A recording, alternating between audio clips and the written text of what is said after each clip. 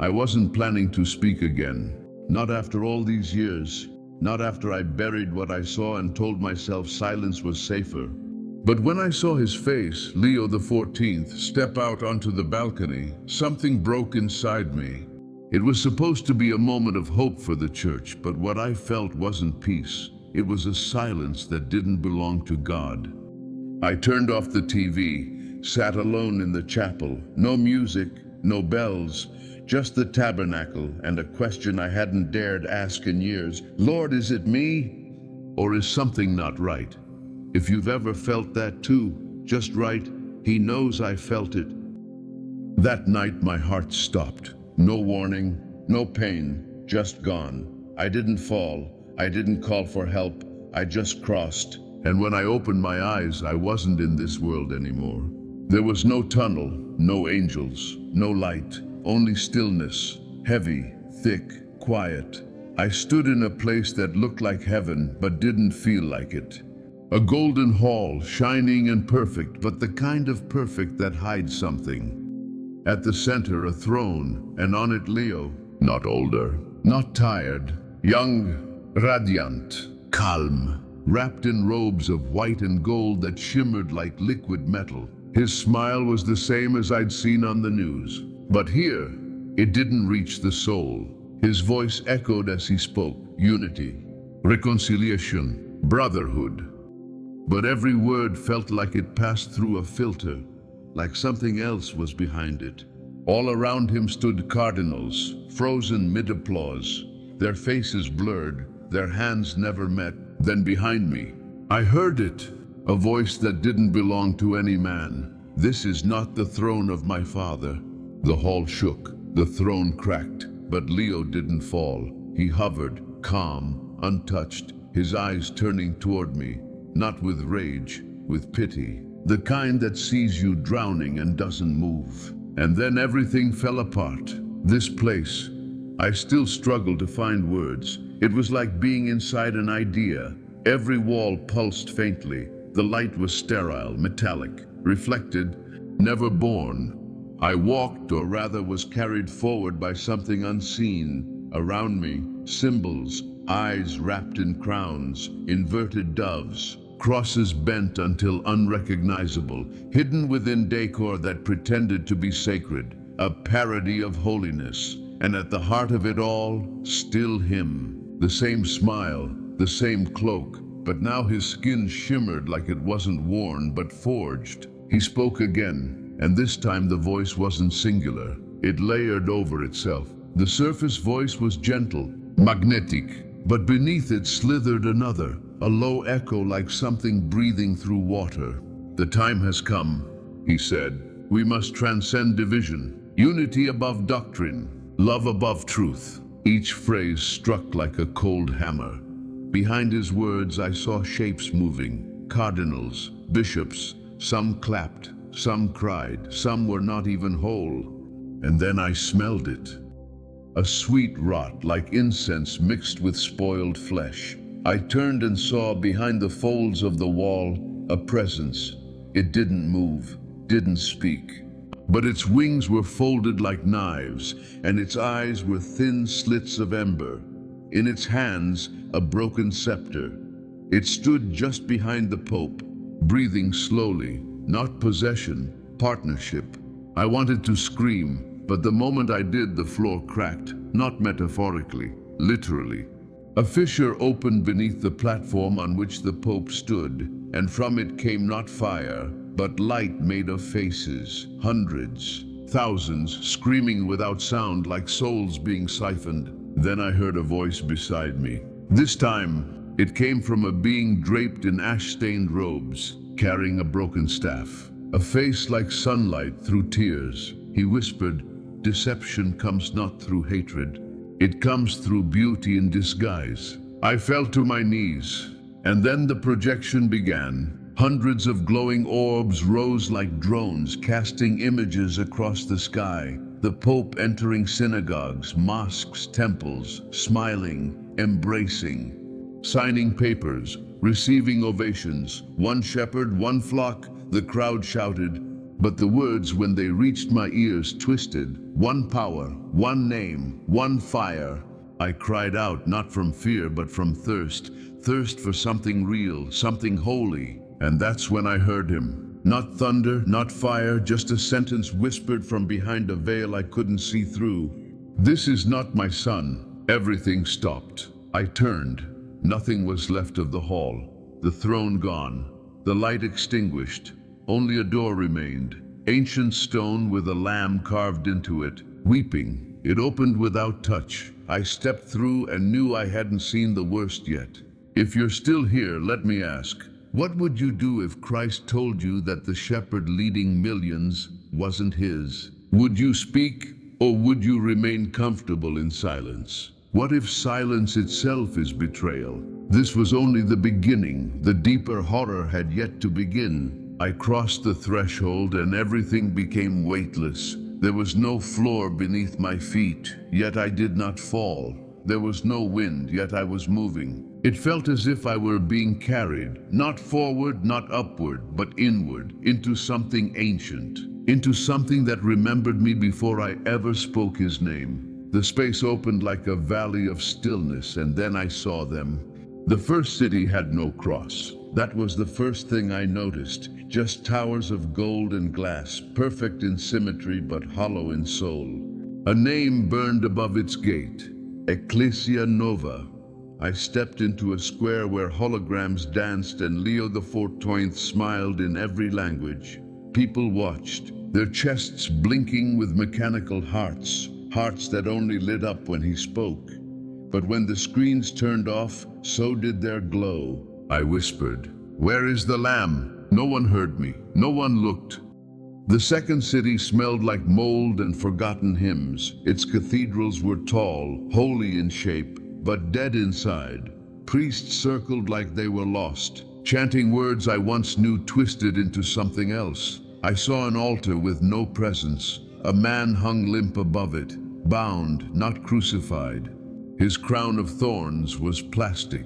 Below him, a statue with 12 golden arms held the world like a prize. No one prayed. Children outside threw crucifixes like stones. The third city was silent, broken. No glory, no crowd.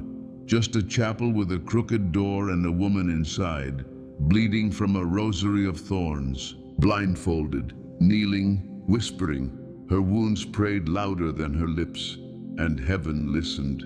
And then silence answered me. I was taken to the third city. It was called Silentium. It was broken. Streets cracked. Buildings collapsed. No light except a dim flicker in the heart of a small, soot-covered chapel. The door hung crooked. I stepped inside. She was there. An old woman, blindfolded, bleeding from a rosary made of thorns. Her hands trembled but did not stop. Her prayer was not loud, it was not beautiful, but it was real.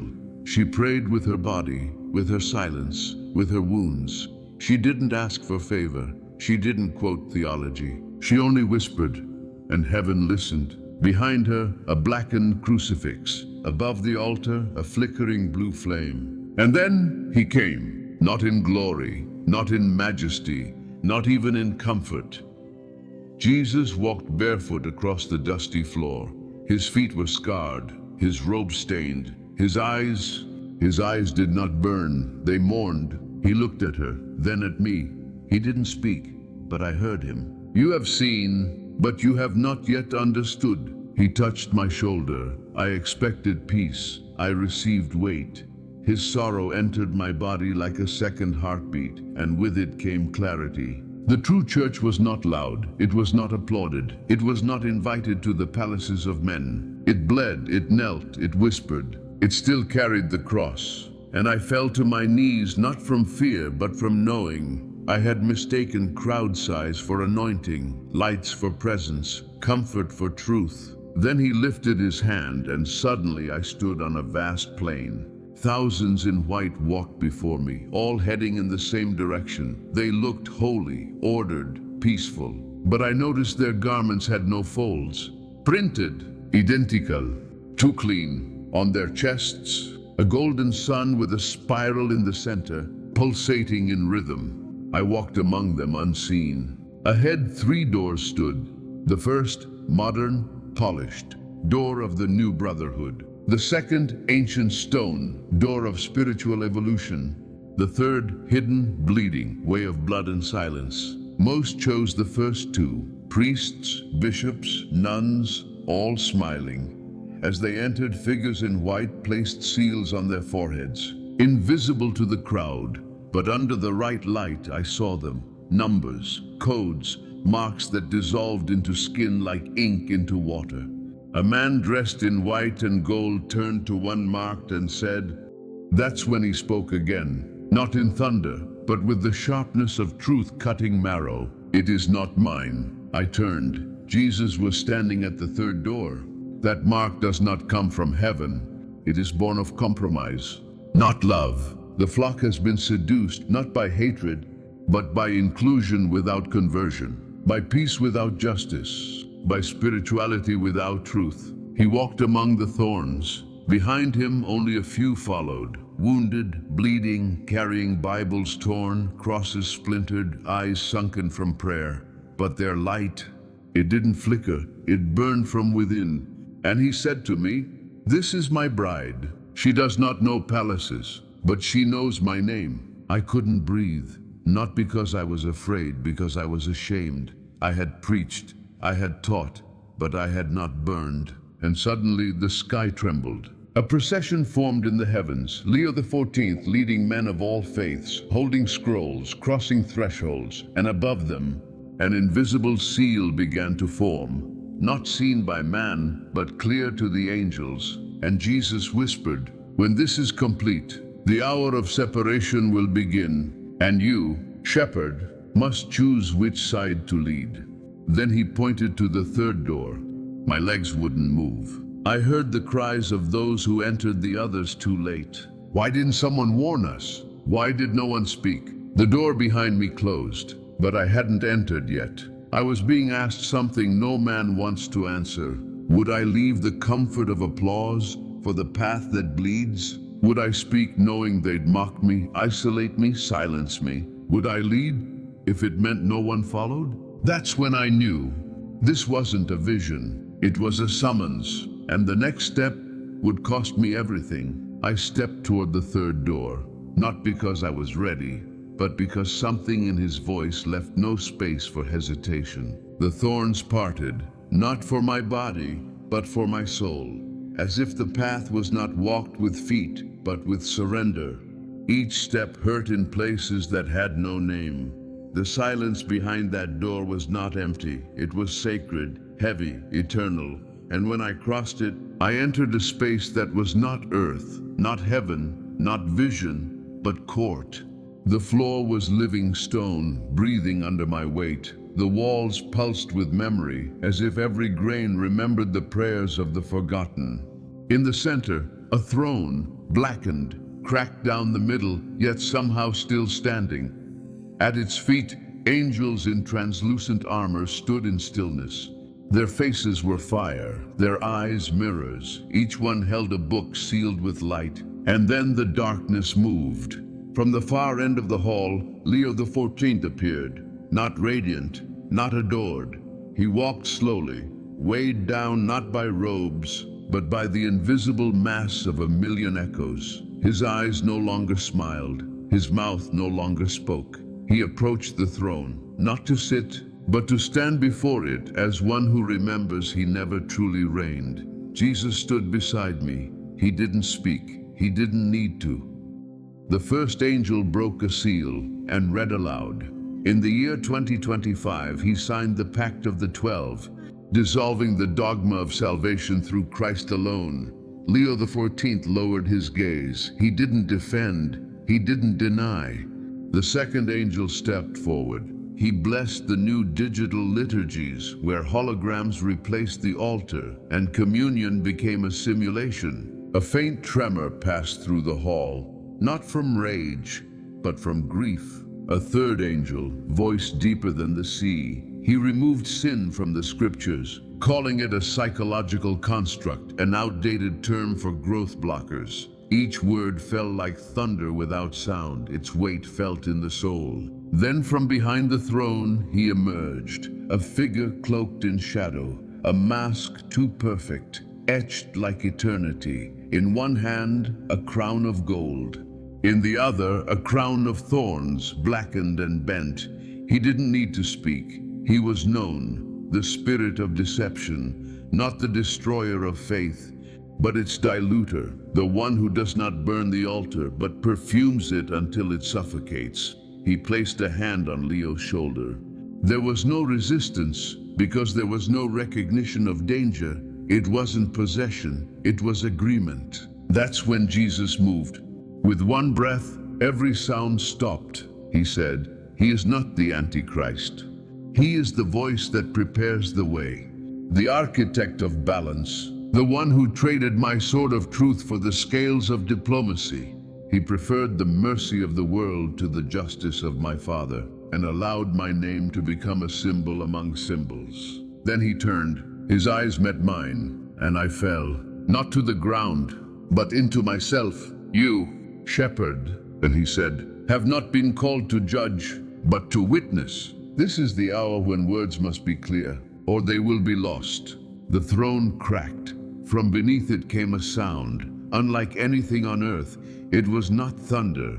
It was the sound of every forgotten prayer, every tear shed in silence, every martyr who died alone, crying out in a single chorus, "Christ alone, Christ always, Christ everywhere." And that sound, pure, raw, unadorned, drove back the spirit of deception, not with force, but with truth. The angels bowed. Jesus stepped forward. He didn't strike Leo, he touched his heart. And when he did, a scream tore through the fabric of everything, not from the Pope, but from the thing that had lived in his shadow. It fled, not like a beast, but like smoke that had lost its shape. Then silence returned. And Jesus spoke again, not to him, to me. "Speak, then be silent. Whoever has ears will understand. Whoever is hungry will find." Then he said, "But woe to you if you use what you've seen to gather followers, or to be praised. The one who speaks for himself has received his reward. You prepare the way in the desert." The throne dissolved, the angels vanished.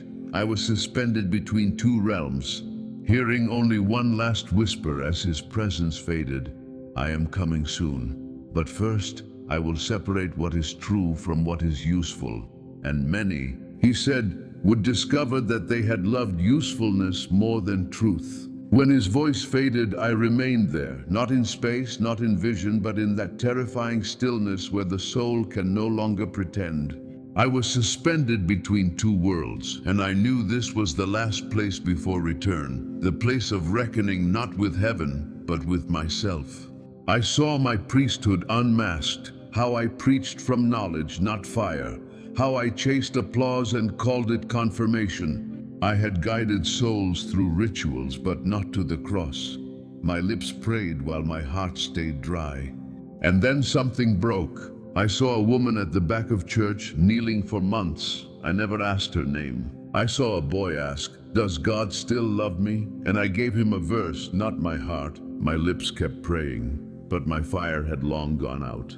I had worn the cassock, but not the cross. I fell to my knees, not in the vision, but in the truth. The angels were gone, the throne was gone, but I was still seen. His presence was no longer visible, but it pressed into me like gravity, heavy, personal, alive. And then, without transition, I was back. A tube down my throat, beeping, white lights, a nurse crying, a doctor calling my name like a whisper into a void. But I was not void anymore. I was fire. I returned with a scream inside my chest, not of pain, but of urgency. The moment my throat was clear, I asked for a pen, not to write a story, but to leave a warning. I wasn't alive for myself. I had been sent back to speak for the silence. Within hours, I met with bishops. Some listened. Some judged, some feared, but none could look me in the eyes for long, not because of me, but because of what they saw behind me. One leaned forward and whispered, "What do you want?" I said. "Nothing, except the truth to be heard before the hour comes." Another said, "You should be careful. This could cause panic." I said, "No, it will cause separation." And that's exactly what he said would happen. A separation between the useful and the true. I walked out of that meeting not discouraged, but stripped. The world I had served for decades no longer recognized me, and I no longer needed it to. I didn't seek interviews. I didn't want a platform. But he had said, "Speak," and so I did.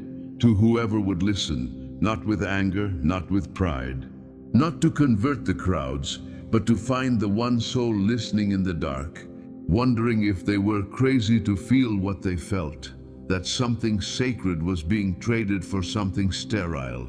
To them I say, you're not crazy, you're called. Leave it below, if you've ever carried this ache in silence.